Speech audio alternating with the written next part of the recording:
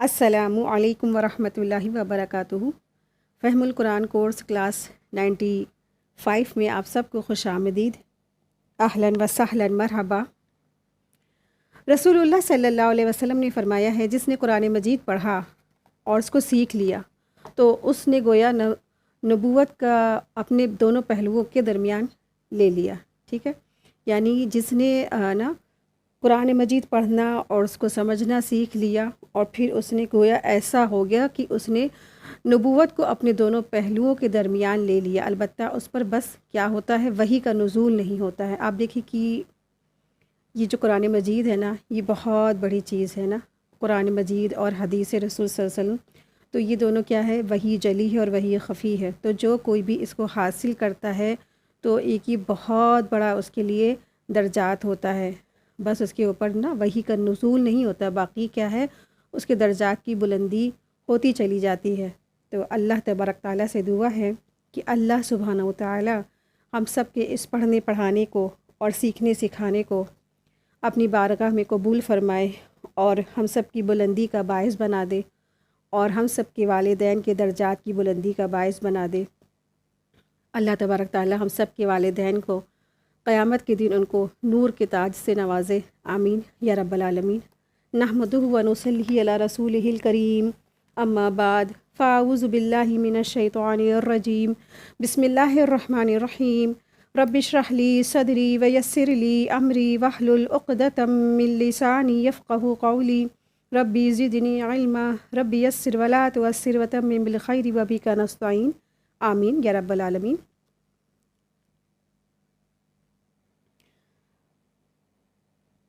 آج کا ہمارا لیسن ہے سورہ اعراف کی آیت نمبر 59 to 79۔ آیت دیکھیے، آیت نمبر 59۔ بسم اللہ الرحمن الرحیم۔ لقد ارسلنا نوحا الى قومه فقال یا قوم اعبدوا اللہ ما لکم من الہ غیرہ انی اخاف علیکم عذاب یوم عظیم۔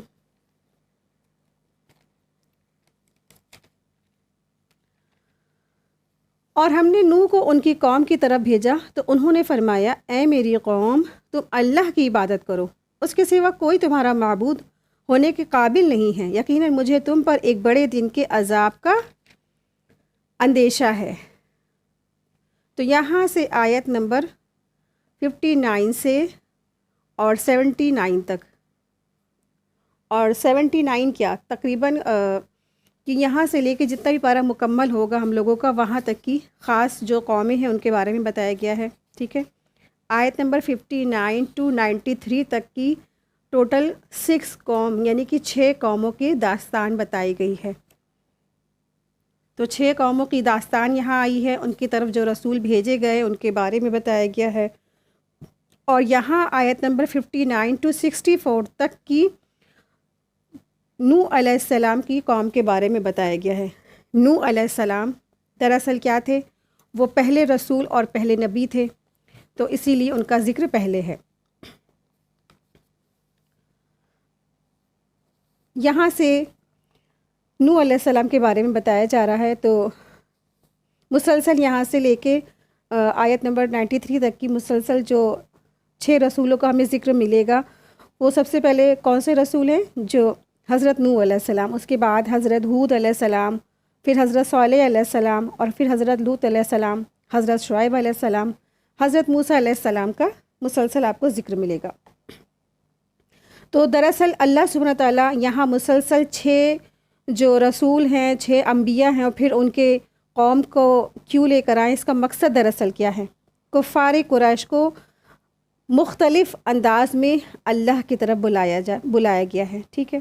ان کے سامنے اللہ سبحانہ تعالیٰ نے ایسی آیت نازل فرمائی تاکہ وہ عبرت حاصل کرے، پچھلے جو قومیں جو گزر چکے ہیں، جب ان کے رسولوں نے ان کو بلایا اور انہوں نے اپنے رسول کی بات نہیں مانی، ان کا انکار کیا، تو ان کا جو انجام ہوا، تو ان کے بارے میں جب بتایا گیا کہ قوم قریش جو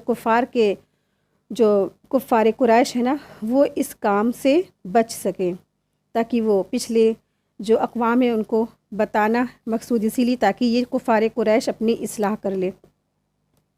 جن کی طرف رسول اللہ صلی اللہ علیہ وسلم کو بھیجا گیا تھا، ٹھیک ہے۔ تو جس طرح پچھلے انبیاء کرام آئے تو جن لوگوں نے ان کی دعوت کو قبول کیا اور اللہ نے انہیں نجات دی اور کافروں کو ہلاک کر دیا، اب اگر کفار قریش اگر ایمان لے آئیں گے اور اللہ کی طرف آ جائیں گے، یعنی کہ توحید پر آ جائیں گے اور شرک باللہ سے بچ جائیں گے، تو وہ کیا ہوں گے؟ آخرت میں اللہ کی جزا کا اور جو انعامات کے وہ حقدار بن جائیں گے، ورنہ وہ کیا ہوں گے؟ یہاں پر ہی دنیا میں ہی ایسے لوگ ہلاک کر دیے جائیں گے جو اپنے رسول کی بات نہیں مانیں گے۔ تو اللہ تبارک تعالیٰ تمہاری اس بات کی کوئی پرواہ نہیں نا، کہ اگر تم ایمان نہیں لاتے ہو، عمل نہیں کرتے ہو، تو اگر تم ہلاک کر دیے جاؤ گے تو اللہ کو اس کی کوئی پرواہ نہیں ہے، ٹھیک ہے۔ تو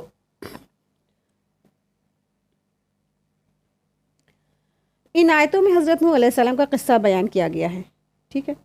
تو نوح علیہ السلام جو سب سے پہلے نبی اور رسول تھے، ٹھیک ہے، تو غور سے سن لیجئے۔ نوح علیہ السلام سب سے پہلے نبی اور رسول تھے جو ایک مشرک قوم، ان کی جو مشرک قوم ہے نا، اس طرف وہ بھیجے گئے تھے، اس لیے اللہ تبارک تعالیٰ نے انہیں سب سے پہلے انہی کو ہی یہاں پہ قصہ بیان کیا، ٹھیک ہے۔ سب سے پہلے جو قصہ یہاں سے سٹارٹ ہو رہے ہیں، تو سب سے پہلے جو واقعہ شروع ہو رہا ہے وہ نوح علیہ السلام کا واقعہ شروع ہو رہا ہے۔ نوح علیہ السلام کا جو زمانہ ہے وہ تقریباً 2800 سے 3800 قبل مسیح یعنی بیفور کرائسٹ ہے، ٹھیک ہے۔ 2800 سے 3800 قبل مسیح بیفور کرائسٹ ہے، باقی واللہ عالم، جو تفسیری روایت سے یہ ملتی ہے علم۔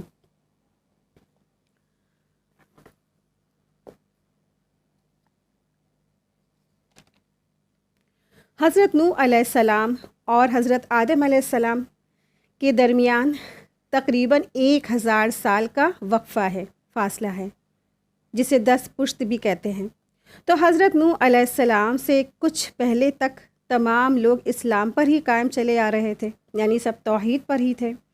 پھر سب سے پہلے جو توحید سے لوگ پھر گئے، شرک پہ آ گئے، تو اس طرح ہوا کہ اس قوم کے جو صالحین اچھے نیک لوگ تھے، جب وہ لوگ فوت ہو گئے، ٹھیک ہے، جب وہ لوگ فوت ہو گئے تو ان کے جو عقیدت مند یعنی بلیورز نے ان کی جو ہے نا مسجدیں بنائی، عبادت خانے بنائے اور قائم کر دیے، یعنی کہ ان کی ہی قبروں پر انہوں نے مسجدیں بنائی، عبادت خانے قائم کر دیے، اور پھر ان کی تصویریں بھی وہیں سجا دی، لٹکا دی۔ مقصد ان کا یہ تھا کہ اس طرح وہ ان کی یاد سے کیا کریں گے؟ اللہ کو بھی یاد کریں گے، اللہ کا ذکر کریں گے۔ وہ کہتے تھے کہ اتنے اچھے نیک لوگ دنیا سے چلے گئے، تو چلو ہم ان کی تصویریں لگاتے ہیں، جب ان کی تصویریں ہم دیکھیں گے تو ہمیں یاد آ جائے گا کہ ہمیں بھی اللہ کا ذکر کرنا ہے۔ تو اس نیت سے انہوں نے وہ تصویریں بنائیں اور لٹکائیں تاکہ وہ اللہ کا ذکر کر سکیں۔ ذکر الہی میں ان کو کیا ہے؟ ان کے جیسا اختیار کرنا تھا رویہ، لیکن پھر وہی ہے نا، شیطان تو پیچھے لگا ہوا ہے۔ تو جب کچھ وقت گزرا تو انہوں نے ان تصویروں کے مجسمے بھی بنا ڈالے، یعنی کہ جنہوں نے تصویریں بنائی تھی جب وہ لوگ فوت ہو گئے ہوں گے یا انہوں نے ہی، واللہ عالم۔ تو ہوا یہ کہ جب وہ تصویریں کی کچھ عرصے کے بعد نا 40 50 60 سال کے بعد دیمک کھا جاتی ہے لکڑیوں کو یا تصویروں کو چٹ کر جاتے ہیں کیڑے مکوڑے، تو پھر انہوں نے کیا کیا، ان کی نسل نے کہ ان کے جو لوگ تھے انہوں نے مجسمے بنائے، یعنی کہ اسٹیچوز بنا دیے انہی تصویروں کے۔ اور پھر جب کچھ اور عرصہ گزرا، یعنی کچھ اور ٹائم گزرا، تو بعد میں یہ مجسمے کیا ہوئے؟ بتوں کی شکل اختیار کر گئے، اور ان کی کیا ہونے لگی؟ عبادت شروع ہو گئی، پوجا پاٹ شروع ہو گئی۔ اور قوم نوح کے یہ صالحین جو تھے نا، دراصل یہ کون لوگ تھے؟ یہ ود تھے، سواع تھے، یعوق تھے، یغوث تھے اور نصر تھے۔ یہ جو نیک لوگ تھے ان کے کیا ہو گئے؟ معبود بنا دیے گئے، ان کے عبادت لوگ کرنے لگ گئے۔ ان حالات میں اللہ سبحانہ وتعالیٰ نے حضرت نوح علیہ السلام کو نبی بنا کر بھیجا، جنہوں نے 950 سال تبلیغ کا کام کیا۔ 1 سال نہیں، 2 سال نہیں، 3 سال نہیں، 100 سال نہیں، 500 سال نہیں، 950 سال، سب سے زیادہ وقت تک کی نوح علیہ السلام نے کام کیا تبلیغ کا، 950 سال تبلیغ کا کام کیا۔ لیکن تھوڑے سے لوگوں کے سوا کسی نے بھی نوح علیہ السلام کی تبلیغ کا نا کچھ اثر قبول نہیں کیا، یعنی کہ نوح علیہ السلام کی تبلیغ کا کوئی اثر ان پہ نہ ہوا۔ آخر میں ایمان والے کے سوا اللہ سبحانہ تعالیٰ نے سب کو غرق کر دیا، تو اس آیت میں یہاں پہ بتلایا گیا ہے کہ نوح علیہ السلام کا واقعہ یہاں سے شروع ہو رہا ہے۔ تو نوح علیہ السلام نے یہاں پہ دعوت دی ہے کہ اے میری قوم نا تم کیا کرو، اے میری قوم تم کیا کرو، تم ایمان لے آؤ اور میری قوم کے لوگوں اللہ کی صرف عبادت کرو، کیونکہ اللہ ہی تمہارا معبود ہے، اللہ کے سوا کوئی تمہارا معبود نہیں، اور اللہ کے جو عذاب ہے نا یعنی قیامت کے دن سے اور اللہ کے عذاب سے تم ڈرو، اور میں تمہیں اللہ کے عذاب سے ڈراتا ہوں۔ اس طرح سے نوح علیہ السلام نے اپنی قوم کو ڈرایا۔ آیت دیکھیے، آیت 60۔ ان کی قوم کے سرداروں نے کہا ہم تو تمہیں کھلی ہوئی گمراہی میں پڑا دیکھ رہے ہیں، یعنی کہ جو قوم کے جو بڑے بڑے لوگ تھے، ہائی لیول کے جو لوگ ہوتے ہیں نا، بڑے بڑے جو اعلیٰ ہستیاں ہوتی ہیں، ہر قوم ہر معاشرے میں وہ ہستیاں ہوتی ہیں، تو انہی لوگوں نے کہا کہ نوح علیہ السلام سے کہ ہم تو تم کو کھلی ہوئی گمراہی میں دیکھ رہے ہیں۔ ان کا مطلب یہ تھا کہ تم اتنے سارے معبودوں کا انکار کر کے صرف اور صرف ایک معبود کو پکار رہے ہو۔ دراصل کیا ہے، یہی کھلی ہوئی گمراہی ہے۔ دراصل شرک جو ہے نا انسان کی عقل کو ختم کر دیتا ہے، اس کا شعور ختم کر دیتا ہے، اور انسان کو شرک کی حالت میں دراصل کیا ہو جاتا ہے، انسان کو جو ہدایت ہوتی ہے نا وہ گمراہی نظر آتی ہے، اور گمراہی کیا نظر آتی ہے، ہدایت نظر آتی ہے۔ شرک انسان کی عقل کو ختم کر دیتا ہے۔ تو چنانچہ ان کے قوم کے لوگوں نے کہا کہ نوح علیہ السلام سے کہ ہم تو تم ہی کو سمجھ رہے ہیں کہ تم کیا ہو، تم ہی نعوذ باللہ معاذ اللہ گمراہ ہو گئے ہو، ہے نا۔ اتنے سارے معبود کو 5 6 معبود کا انکار کر کے صرف ایک معبود کی عبادت تم خود کر رہے ہو، تم ہی گمراہ ہو۔ اور یہ کس نے کہا؟ جو معاشرے کے بڑے بڑے لوگ تھے۔ آیت 61 دیکھیے، انہوں نے کہا اے میری قوم کے لوگوں، مجھ میں کسی طرح کی گمراہی نہیں ہے، بلکہ میں ساری دنیا کے رب کا ایک رسول ہوں۔ تو یہ نوح علیہ السلام نے اپنی قوم سے کہا کہ اے میری قوم، مجھ میں کوئی گمراہ نہیں ہے، مجھ میں کوئی بھی گمراہی نہیں ہے، میں تو کیا ہوں، میں تو صرف اللہ کی طرف سے بھیجا گیا ایک رسول ہوں۔ آیت 62 دیکھیں، تمہیں اپنے رب کا پیغام پہنچاتا ہوں اور تمہارا بھلا چاہتا ہوں، اور مجھ کو اللہ کی طرف سے ایسی باتیں معلوم ہیں جو تم نہیں جانتے ہو۔ ٹھیک ہے، تو رسول کو اللہ کی طرف سے کچھ باتیں معلوم ہوتی ہیں، پہنچائی جاتی ہیں، جیسے جبریل امین آپ صلی اللہ علیہ وسلم کو غیب کی باتوں کی خبر دیتے تھے، کچھ باتیں بتا دیتے تھے نا۔ تو رسولوں کو اللہ کی طرف سے کچھ علم زیادہ پہنچایا جاتا ہے، تاکہ ان کو تبلیغ کا کام کرنا ہوتا ہے نا، تو ان کو عین الیقین کرایا جاتا ہے، اور ہمیں جو قوم ہوتی ہے تو ان کو علم الیقین کرایا جاتا ہے، لیکن انہیں جو انبیاء ہوتے، جو رسول ہوتے ہیں، ان کو عین الیقین یعنی کہ آنکھوں کا دیکھا کے مشاہدہ کرایا جاتا ہے، تو ان کا یقین تاکہ بہت مضبوط اور بہت پکا ہو، اور تاکہ وہ تبلیغ بہت زیادہ اثر انداز ہو۔ تو نوح علیہ السلام کو ایسی باتیں معلوم تھی جو ان کی قوم نہیں جانتی تھی۔ آیت 63 دیکھیں، کیا تم کو اس بات سے تعجب ہوا ہے کہ تمہارے پاس تمہیں میں سے ایک شخص کے ذریعے تمہارے رب کی نصیحت آئی ہے، تاکہ وہ تمہیں آگاہ کر دے اور تاکہ تم پرہیزگار بنو اور تم پر رحم کیا جائے۔ آیت 64، مگر ان لوگوں نے ان کو جھٹلایا، یعنی نوح علیہ السلام کو جھٹلا دیا، تو ہم نے نوح کو اور ان کے ساتھ کشتی میں سوار تھے ان سب کو بچا لیا، اور جن لوگوں نے ہماری آیتوں کو جھٹلایا تھا انہیں ڈبو دیا گیا، بے شک وہ لوگ کیا تھے، اندھے تھے۔ تو آنکھوں کی بصارت نہیں تھی ان کے پاس، وہ حق نہیں دیکھ سکتے تھے، وہ حق کو پہچان نہیں سکے، حق سے کیا ہو گئے، بے راہ ہو گئے۔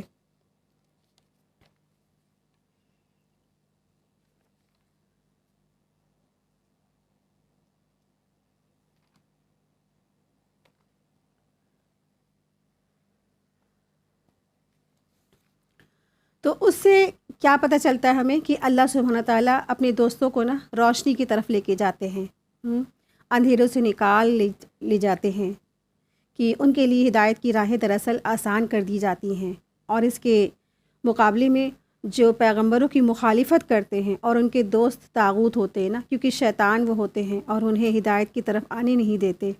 حق اور باطل کی جو یہ جنگ ہے وہ شروع سے چلی آ رہی ہے، آپ دیکھیں نوح علیہ السلام کے وقت سے چلی آ رہی ہے۔ اس میں کامیاب وہی ہوتے ہیں جو حق کو پہچان کر اس کو ایکسیپٹ کر لیتے ہیں، اس کے مطابق اپنی زندگی کو تبدیل کر لیتے ہیں۔ ٹھیک ہے، تو جو ماننے والے ہیں اللہ سبحانہ تعالیٰ ان کو کیا کرتے ہیں؟ بچا لیتے ہیں، اور جو انکار کرنے والے ہوتے ہیں، اللہ رسول کی بات کا انکار کرنے والوں کا حشر کیا ہوتا ہے؟ وہ غرق کر دیے جاتے ہیں۔ آپ دیکھیں کہ سمندر میں ان کو غرق کر دیا گیا، اور نوح علیہ السلام کو اور ان کی قوم کو بچا لیا گیا۔ تو ہم سب کے لیے اس میں بہت بڑی عبرت ہے کہ جو بھی اللہ کی بات مانے گا، اللہ کا فرما برداری کرے گا، تو اللہ سبحانہ تعالیٰ ضرور ان کی حفاظت فرمائیں گے، اور جو لوگ اس دنیا کی دھوکے میں آئیں گے تو ان کو ایسے ہی غرق کر دیا جائے گا۔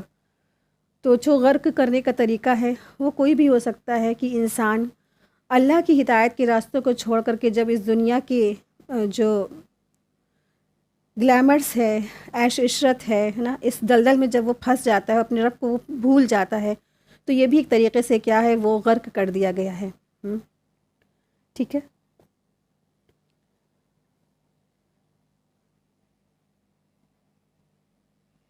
آیت 65 وَإِلَىٰ عَادٍ أَخَاهُمْ هُودًا قَالَ يَا قَوْمِ اعْبُدُوا اللَّهَ مَا لَكُم مِّنْ إِلَٰهٍ غَيْرُهُ أَفَلَا تَتَّقُونَ۔ اور عاد قوم کی اور ان کے بھائی ہود کو بھیجا، انہوں نے کہا اے میری قوم کے لوگوں، اللہ کی عبادت ہی کرو اور اس کے سوا کوئی تمہارا معبود نہیں، کیا تم ڈرتے نہیں ہو؟ ایک سوالیہ انداز ہے اور ڈراوا ہے کہ ہود علیہ السلام نے اپنی قوم کو ڈرایا اور ان کو اصلاح کرائی، ان کی سمجھایا ان کو کہ تم صرف اور صرف اللہ کی عبادت کرو۔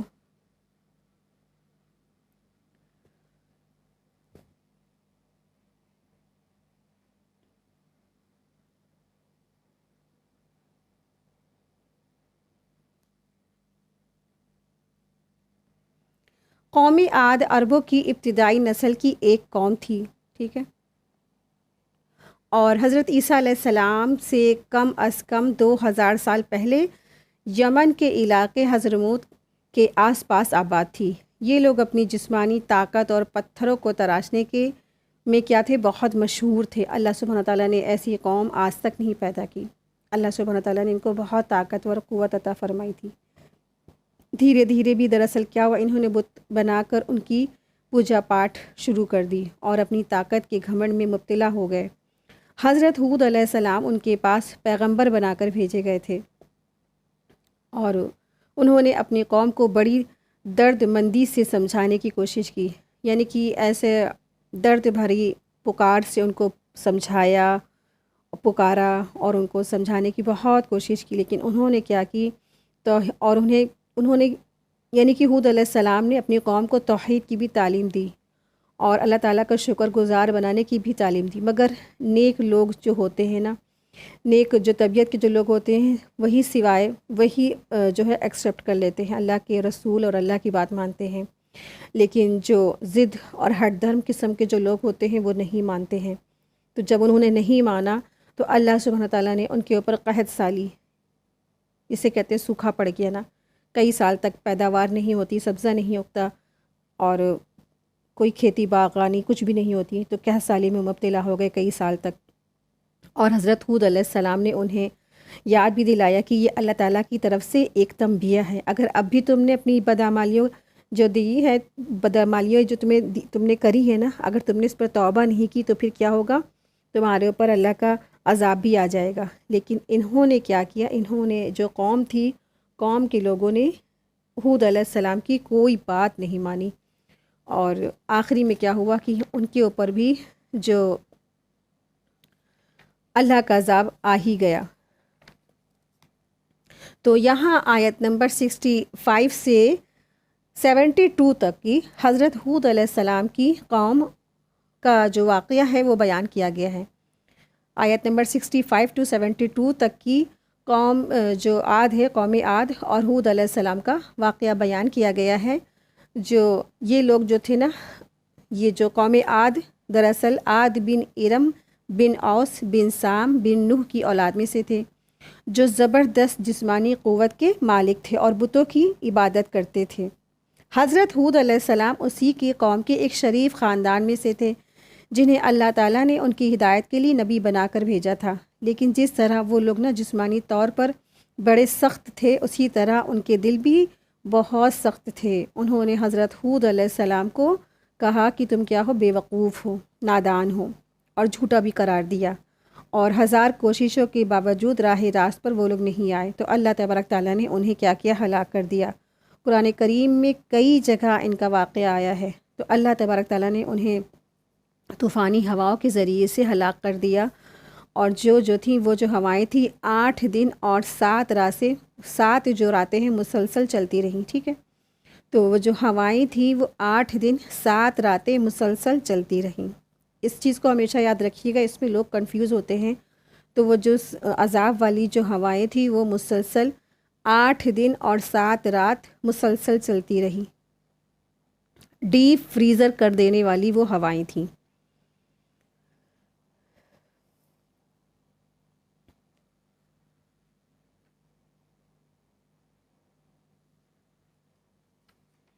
آیت دیکھیں، آیت 66۔ تو ان کو ان کی قوم کے سردار جو کافر تھے کہنے لگے، ہم تو دیکھتے ہیں کہ تم نا بیوقوف ہو، اور ہم تو یہ تمہیں جھوٹا سمجھتے ہیں۔ یعنی کہ ان کے قوم کے بڑے بڑے، یہاں بھی دیکھیے جیسے نوح علیہ السلام کے جو قوم تھے نا، ان کے بڑے بڑے سرداروں نے نوح علیہ السلام کو جھٹلایا اور ان کی بات نہیں مانی، اور یہاں پر بھی یہی ہمیں پتہ چلتا ہے کہ ہود علیہ السلام کی جو قوم کے جو بڑے بڑے سردار تھے انہوں نے بھی یہی بات دہرائی۔ انہوں نے کہا کہ ہم تو تم کو نا ہم جو ہے تم کو بیوقوف نادان سمجھتے ہیں، اور ہم تو تم کو جھوٹا سمجھتے ہیں۔ تو ہود علیہ السلام نے کہا کہ اے میری قوم، آیت دیکھیں، آیت نمبر 67۔ تو انہوں نے کہا، اے میری قوم، مجھ میں بیوقوفی کی کوئی بات نہیں، بلکہ میں تو نا تمام عالم کے جو رب ہے میں اس کا رسول، یعنی کہ میں پروردگار کا رسول ہوں جو تمہاری طرف بھیجا گیا ہے۔ تو اس سے کیا پتہ چلتا ہے، آپ دیکھیں کہ انسان جو ہے نا، جو بڑے بڑے سردار ہوتے ہیں وہ ہمیشہ ہی جو ان کی طرف کوئی بات لے کر آتا ہے، تبلیغ کی بات لے کر آتا ہے، ان کو وہ لوگ کیا کہتے ہیں، یہ نادان ہیں، یہ بیوقوف ہیں، یہ فارغ، یہ فری وقت والے ہیں، یہ دنیا کمانے میں نہیں لگے ہیں، یہ اپنا سارا ٹائم کس میں لگا رہے ہیں، فضولیات میں لگا رہے ہیں نا۔ آپ دیکھیں کتنی عقل مندی کا کام کرتے ہیں۔ آپ دیکھیں کہ جب رسولوں کو نہیں چھوڑا تو جو بھی کوئی تبلیغ کرے گا، اللہ کا پیغامات پہنچائے گا، دعوت و تبلیغ کا کام کرے گا، تو ان کو کیا ایسے جو بڑے بڑے جو لوگ ہیں، اس طریقے کے جو معاشرے کے بڑے اور جو ہے نیم فیم والے لوگ ہیں، وہ کیا چھوڑ دیں گے؟ نہیں چھوڑیں گے نا، ہمیشہ مخالفت اٹھیں گی، اذیتیں تو آئیں گی، کیونکہ جب انبیاء کے ساتھ ہوا تو ایک معمولی سا انسان ہے، اس کے ساتھ بھی یہی معاملہ آنا ہے۔ تو ہمیشہ انسان کیا کرے، اپنی مقصد پہ ڈٹا رہے، جمع رہے، اور صبر سے کام لے۔ اور جب رسولوں کو بیوقوف کہہ دیا گیا ہے تو ہم آپ جیسے جو معمولی انسان ہیں، وہ قرآن پڑھنے والے، تو پھر واقعی میں وہ بھی کہے جائیں گے یہ تو بیوقوف لوگ ہیں، کیا 9 سے 10 لے کے بیٹھ جاتے ہیں، سارے کام چھوڑ دیتے ہیں، عجیب بیوقوف لوگ ہیں نا۔ تو کہے جائے گا، کہنے دیجیے، کیا فرق پڑتا ہے؟ وہ تو پھر جب قیامت ہوگی اور جب موت واقع ہوگی پتہ چل جائے گا کہ کون بیوقوف تھا اور کون عقل مند تھا۔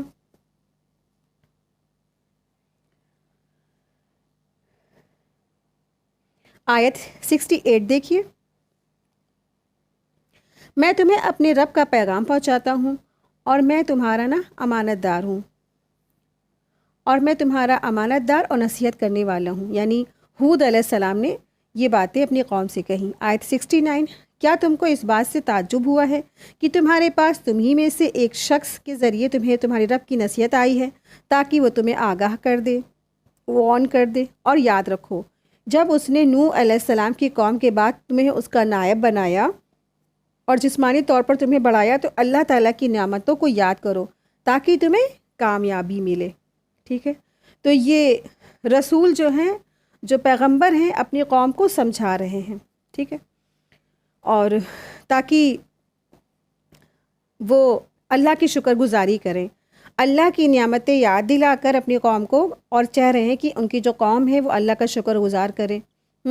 تو ان کو اس بات پہ تعجب ہوا کہ ایک جو ہود علیہ السلام تھے نا، انہی میں کہ ایک سادہ سمپل سے انسان تھے، تو انہی میں سے جب ایک شخص چن لیا گیا نبوت کے لیے، رسالت کے لیے، تو پھر کیا ہوا، ان سب کو حیرت ہو جاتی تھی، تعجب ہو گیا کہ ہمارا جیسا ایک تو معمولی انسان یہ رسول کیسے ہو سکتا ہے، اللہ کا پیغام پہنچانے والا کیسے ہو سکتا ہے۔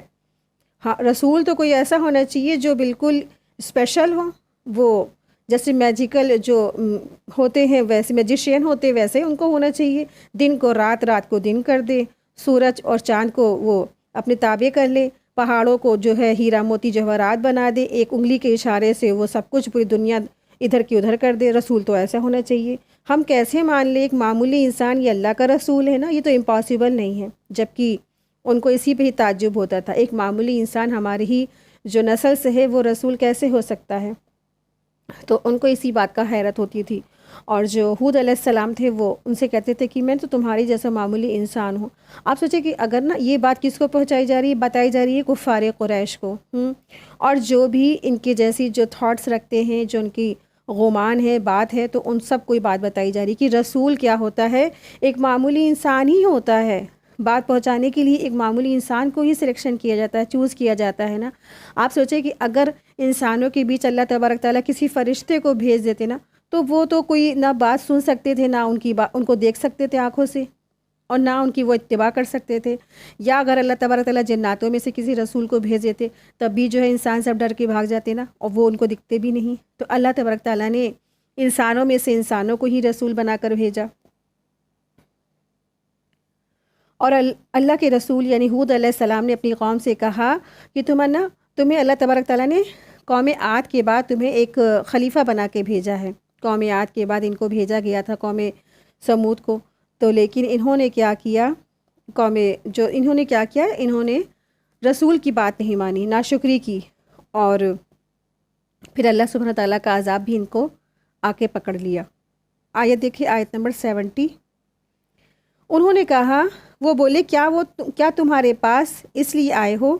کیا تم ہمارے پاس اس لیے آئے ہو کہ اکیلے اللہ کی ہم عبادت کریں، اور جن کی ہمارے باپ دادا عبادت کرتے چلے آئے ہیں ان کو ہم چھوڑ دیں؟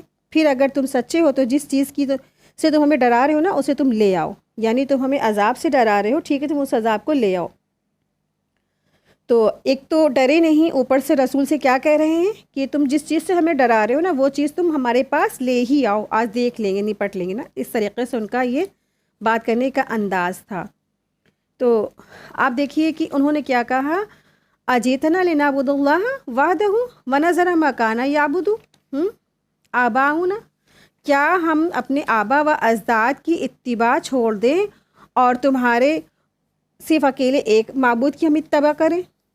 انہوں نے کہا کہ کیا تو ہمارے پاس اس لیے آئے ہو کہ ہم صرف ایک ہی اللہ کی عبادت کریں، صرف ایک اللہ کو پکاریں، جن کو ہمارے باپ دادا مانتے چلے آئے، جن کو ہمارے باپ دادا پوچھتے چلے آئے، ہم ان کو چھوڑ دیں؟ ایسا تو ہو نہیں سکتا نا، ایسا تو امپاسبل ہے۔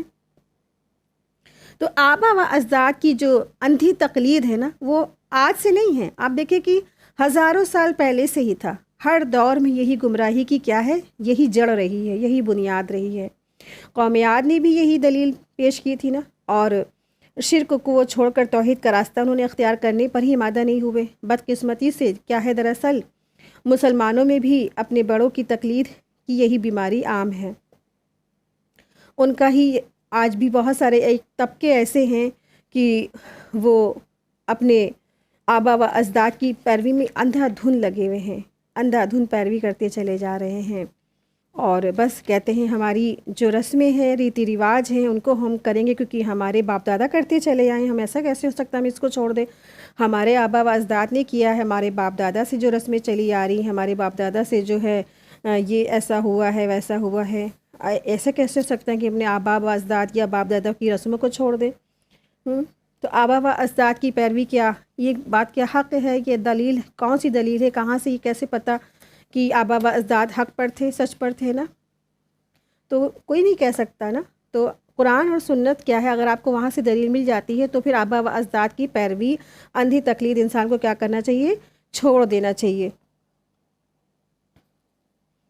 آیت 71، انہوں نے کہا کہ تم پر تو تمہارے رب کی طرف سے عذاب اور غضب یقیناً ہو چکا ہے۔ کیا تم مجھ سے ایسے ناموں کے بارے میں جھگڑتے ہو جو تمہارے باپ دادا نے رکھ لیے تھے، جن کے لیے اللہ نے کوئی سند نازل نہیں کی ہے؟ اچھا تو تم بھی انتظار کرو، میں بھی تمہارے ساتھ انتظار کرتا ہوں۔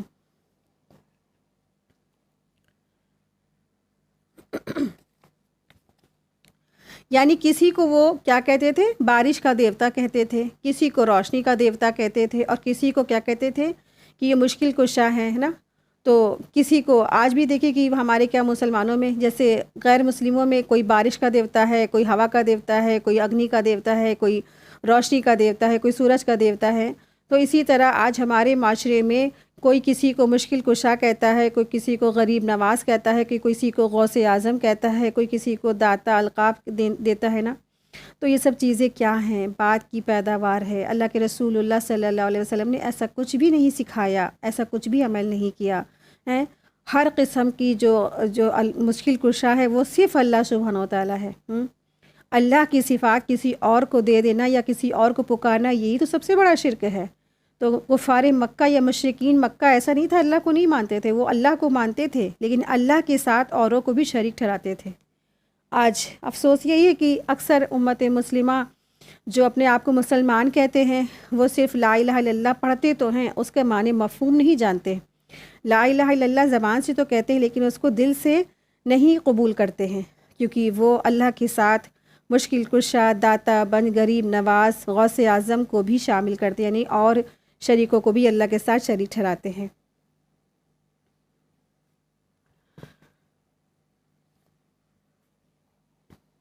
آیت 72۔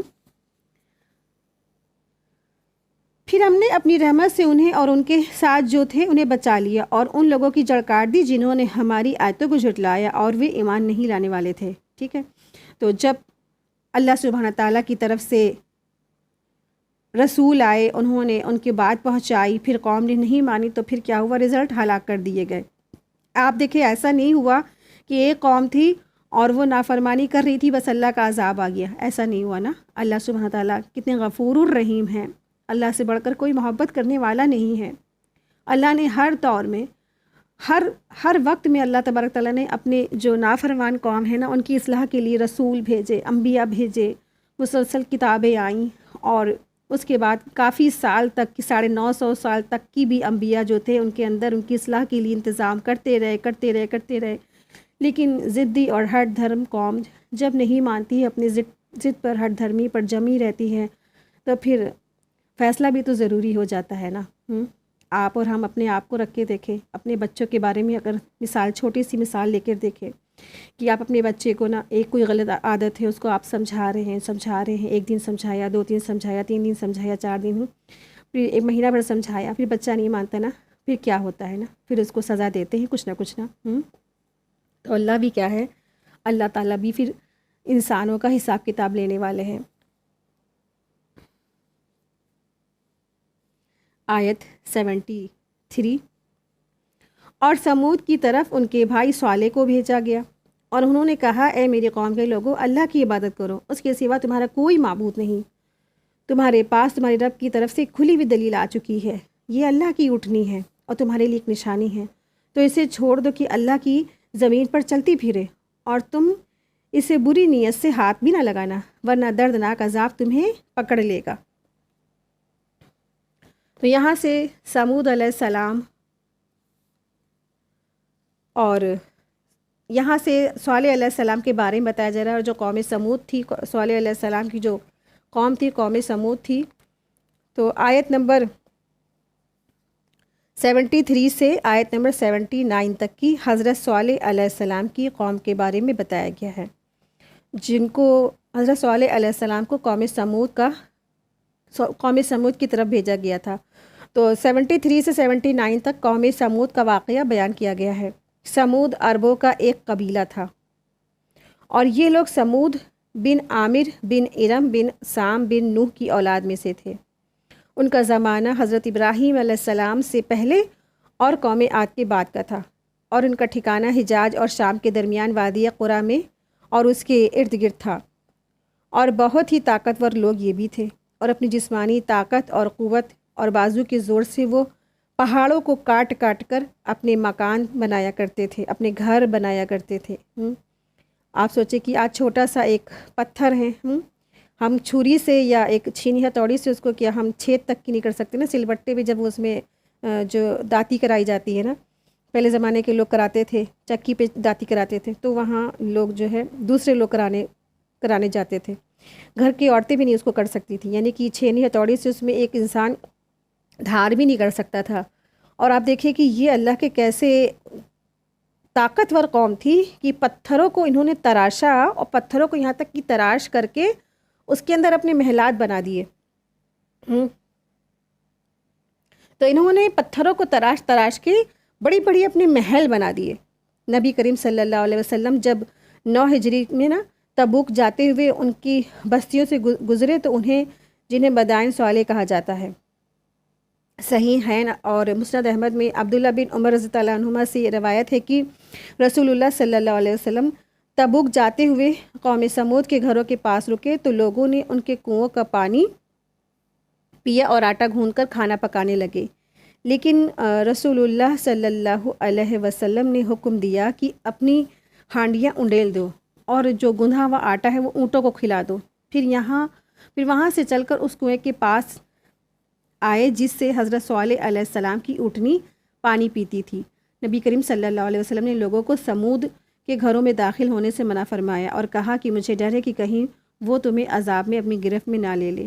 تو اس سے کیا پتہ چلتا ہے اس حدیث سے کہ جو عذاب والی جگہیں ہوتی ہیں، عذاب والے جو ایریے ہوتے ہیں، وہاں پہ انسانوں کو نہیں ٹھہرنا چاہیے، فوراً وہاں سے چلا جائے، ہٹ جائے اور تیزی سے وہاں سے نکل جائے، کیونکہ کبھی بھی وہاں پہ دوبارہ عذاب آ سکتا ہے۔ آپ دیکھیں کہ اتنے سال گزر گئے، آج بھی یہ ایریے ہیں، موجود ہیں، آج بھی اتنے 100 سال، کئی ہزار سال پہلے کی 4000 5000 سال پہلے کے واقعات ہیں، اور آپ بھی اگر سرچ کریں گے پوری دنیا ڈیولپڈ ہو چکی ہے، لیکن یہ جو ایریے ہیں آج تک کی نہیں بسے، آج تک کی وہ ویران کھنڈرات پڑے ہوئے، تو کیوں نہیں بسے؟ کوئی سائنس کوئی کیوں نہیں بسا سکی ان کو؟ کوئی راجہ ان کو کیوں نہیں بسا سکا نا؟ کیونکہ یہ اللہ کی عذاب والے ایریے تھے، جنہیں آج جو مسلمانوں کو جھٹلاتے ہیں، جو اسلام کو جھٹلاتے ہیں، تو وہ بھی تو ذرا بتائیں کہ ان ایریے کو آج کوئی بھی ایسی شخصیت کیوں نہیں بسا سکی جس کو اللہ نے اجاڑ دیا ہے نا؟ تو پھر کیا ہے، وہ پھر اس کے آگے خاموش ہو جائیں گے، اس دلیل کے آگے، کیونکہ یہ اللہ کی عذاب والی جگہ تھی نا، اللہ نے عذاب نازل کر دیا، وہ زمین اب نہیں بچ سکتی ہے، اور نہ ہی ایسی جگہوں پہ انسان پکنک بنانے جائے، رہنے جائے، گھومنے جائے، ٹہلنے جائے، عبرت لینے جائے اور پھر فوراً وہاں سے نکل بھی جائے۔ دراصل حضرت صالح علیہ السلام جو تھے نا اسی کی قوم کے ایک شریف خاندان میں سے تھے، یعنی کہ حضرت صالح علیہ السلام اسی قوم کے ایک شریف خاندان میں سے تھے۔ اللہ تعالیٰ نے انہیں اس قوم کی ہدایت کے لیے نبی بنا کر بھیجا تھا، تو انہوں نے اپنی قوم کو تمام انبیاء کی طرح توحید کی دعوت دی، لیکن بہت کم اور بہت کمزور لوگوں نے ان کی بات مانی۔ جب حضرت صالح علیہ السلام نے ان کو اور ڈرایا، مزید ڈرایا، تو اللہ تعالیٰ کا خوف دلایا، تو انہوں نے ایک نشانی کا مطالبہ کیا اور کہا کہ وہ نشانی کیا ہے، ایک اونٹنی ہو جو پیگننٹ ہو اور جو پہاڑ سے نکل کر سامنے آ جائے، ہمارے آنکھوں کے سامنے وہ بھی ہو یہ سب کچھ۔ تو چنانچہ ایسا ہوا، لیکن پھر بھی کیا ہوا، بہت ہی کم لوگ ایمان لے آئے، اور اکثر نے کیا کی، سرکشی کی راہ اختیار کر لی اور اس اونٹنی کو یہاں تک کہ قتل بھی کر دیا۔ تو حضرت صالح علیہ السلام نے کہا، اب تم لوگ اللہ کے عذاب کا انتظار کرو۔ اللہ تعالیٰ نے انہیں بدھ، جمعرات اور جمعہ 3 دن کی مہلت دی۔ بس حضرت صالح علیہ السلام نے کہا کہ تم لوگ 3 دن تک اپنے گھروں میں سے فائدہ اٹھا لو۔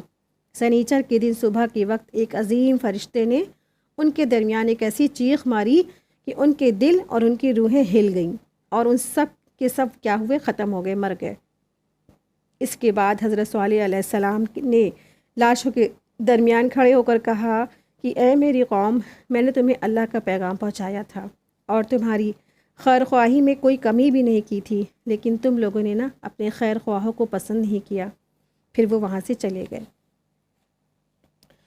تو اس سے یہ بات پتہ چلتا ہے۔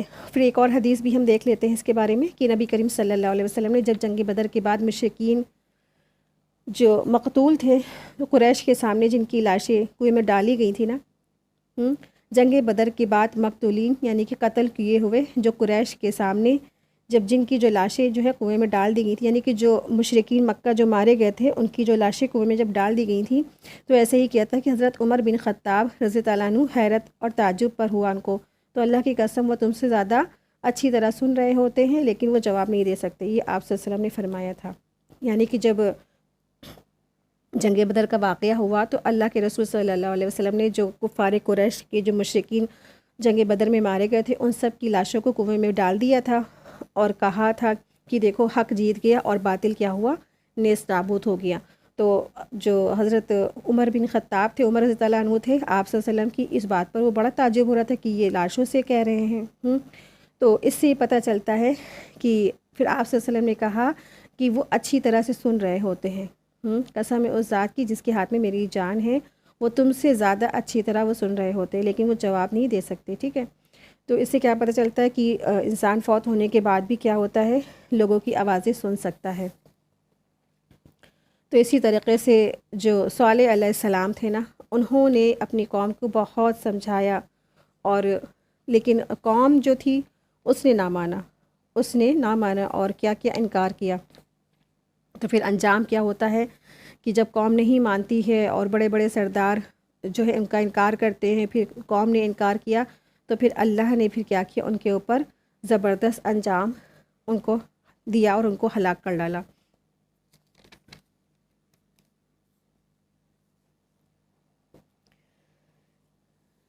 آیت 74، اور یاد کرو جب اللہ نے عاد کے بعد تمہیں اس کا نایاب بنایا اور زمین میں تمہیں ٹھکانہ دیا، اور تم اس کے سمتل میدانوں میں محل بناتے ہو اور پہاڑوں کو کاٹ کاٹ کر گھر بناتے ہو، تو اللہ تعالیٰ کی نعمتوں کو یاد کرو اور زمین میں فساد نہ کرتے پھرو۔ آیت 75، تو ان کی قوم کے سردار لوگ جو بڑے بڑے بنے ہوئے تھے ان کمزور لوگوں سے جو ان میں ایمان لے آئے تھے کہنے لگے، کیا تم جانتے ہو کہ صالح اپنے رب کا بھیجا ہوا ہے؟ تو انہوں نے کہا، جس چیز کے ساتھ وہ بھیجا گیا ہے ہم اس پر ایمان لاتے ہیں۔ آیت 76، ان تکبر کرنے والوں نے کہا کہ جس چیز پر تم ایمان لائے ہو ہم اس کو نہیں مانتے ہیں۔ آیت 77، پھر انہوں نے اس اونٹنی کی کوچیں کاٹ دی اور اپنے رب کے حکم کو توڑ دیا اور بولے، اے صالح ہمیں تو جس چیز کی دھمکی دیتا ہے نا اسے ہم پر لے آ، اگر تو حقیقت میں رسولوں میں سے ہے۔ کتنی بڑی نامعقول ان کی باتیں تھی نا، کہ جس چیز سے آپ ہم کو ڈراتے ہیں وہ ہمارے سامنے لے آئیے، اس عذاب کو سامنے ہمارے لے آئیے۔ آیت 78 دیکھیں، تو ان کو اللہ تبارک تعالیٰ نے ایک بھوچال نے آ پکڑا، یعنی کہ اللہ نے ان کے اوپر ایک عذاب بھیجا تو ان کو ایک بھوچال نے آ پکڑا اور وہ اپنے گھروں پر اوندے پڑے رہ گئے۔ آیت 79، پھر وہ یعنی صالح علیہ السلام اور ان کے یہاں سے جو لوٹے اور کہا کہ اے میری قوم، میں تو تمہیں اپنے رب کا پیغام پہنچا چکا اور میں نے تمہارا بھلا ہی چاہا، لیکن تمہیں اپنے خیر خواہ پسند ہی نہیں آتے ہیں۔ تو یہ صالح علیہ السلام کا واقعہ تھا، اور صالح علیہ السلام کے واقعے میں ہم سب کے لیے بھی بہت عبرت ہے۔ اور انہوں نے بہت بڑی ڈیمانڈ کی تھی، دراصل کیا ڈیمانڈ کی تھی کہ جو معجزہ ہے نا، اگر آپ سچے رسول ہیں، پہلے تو چیلنج کیا اور نہیں مانا، اور اگر آپ سچے رسول ہیں تو آپ نا اس پہاڑوں کے بیچ سے ایک پریگننٹ اونٹنی لے آئیے۔ تو ایسی جو قوم کے جو ایسے لوگ ہیں نا، تو جب ایسی باتیں کرتے ہیں اور ایسی ڈیمانڈ کرتے ہیں، پھر جب وہ ایمان نہیں لاتے ہیں تو پھر کیا ہوگا، ان کو ہلاک کر دیا جاتا ہے۔ یعنی کہ ایمان کیا ہوتے ہیں، شرط پہ لائے، شرط لگائی کہ اگر آپ اونٹنی نکال دیں گے ان دونوں پہاڑوں کے بیچ سے ایک پریگننٹ، وہ بھی اونٹنی، اور لہیم شہیم اونٹنی نکال دیں، اور بہت بڑی اللہ سبحانہ تعالیٰ نے پھر اونٹنی جو ہے ظاہر بھی کر دی، تو وہ اونٹنی کیا ہوئی، انہی کے لیے کیا بن گئی، ایک مصیبت بن گئی تھی، کیونکہ وہ اونٹنی جو تھی بہت بڑی اونٹنی تھی، بہت سارا کھانا کھاتی تھی، بہت سارا پانی پیتی تھی، اور ان کے جدھر قوم رہتی تھی تو وہاں پر ایک ہی کنواں تھا، تو جس دن یہ اونٹنی پانی پی جاتی تھی اس دن کنواں کا لیول، پانی کا لیول خالی ہو جاتا تھا، باقی سارے پھر جو قوم کے لوگ تھے پیاسے رہ جاتے تھے۔ تو معجزہ انہی نے تو مانگا تھا، تو جب اونٹنی ظاہر ہو گئی تو ان کے جو رسول تھے صالح علیہ السلام، انہوں نے کہا دیکھو اس اونٹنی کو نا غلط نیت سے ہاتھ بھی نہ لگانا، لیکن انہوں نے کیا کیا، اس اونٹنی کو یہاں تک کہ قربانی کر ڈالی، مار ڈالا، ختم کر ڈالا اس کو، کیونکہ وہ دراصل ان کے لیے ایک آزمائش بن گئی تھی، سارا پانی پی جاتی تھی، اب یہ تو رہ جاتے تھے پیاسے، تو صالح علیہ السلام نے باری باری بانٹ دی تھی، ایک دن اونٹنی پانی پیتی تھی اور دوسرے دن سارے قوم کے لوگ پانی پیتے تھے، اس طریقے سے اس کنویں سے لوگ پانی حاصل کرتے تھے، لیکن ان سے رہا نہیں کیا، اور انہوں نے کیا کیا، اس اونٹنی کو ختم کر دیا، مار دیا، تو بس پھر اللہ تعالیٰ کا عذاب انہوں نے آ پکڑا۔ صحیح جو الفاظ ہے نا، تو سخت چیخ اور زلزلے کے لیے ہے۔ صیحتوں کیا ہے؟ سخت چیخ، اور رجفہ کیا ہے؟ زلزلہ، اس سے مراد ہے۔ آیت نمبر 73 میں بتا رہے ہیں، جو آیت نمبر 73 تھا تو اس میں صیحتوں کیا ہے؟ سخت چیخ، اور رجفہ کیا ہوتا ہے؟ اس سے مراد زلزلہ ہے، ٹھیک ہے۔ تو ان کی قوم کو ہلاک کر دیا گیا، مسلسل دعوت و تبلیغ کا کام کرتے رہے، فریضہ ادا کرتے رہے، لیکن ان کی قوم نے بات نہیں مانی۔ پھر رزلٹ کیا ہوا؟ ان کو ہی ختم کر دیا گیا، ان کی قوم کو ہی ختم کر دیا گیا، اور صالح علیہ السلام اور ایمان والوں کو اللہ تبارک تعالیٰ نے بچا لیا۔ اسی کے ساتھ ہی آج کی ہماری کلاس مکمل ہوئی۔ وآخر دعوانا الحمد للہ رب العالمین۔ سبحانک اللہم و بحمدک، اشہد ان لا الہ الا انت، استغفرک و اتوب الیک۔ السلام علیکم ورحمۃ اللہ وبرکاتہ۔ جزاکم اللہ خیرا کثیرا۔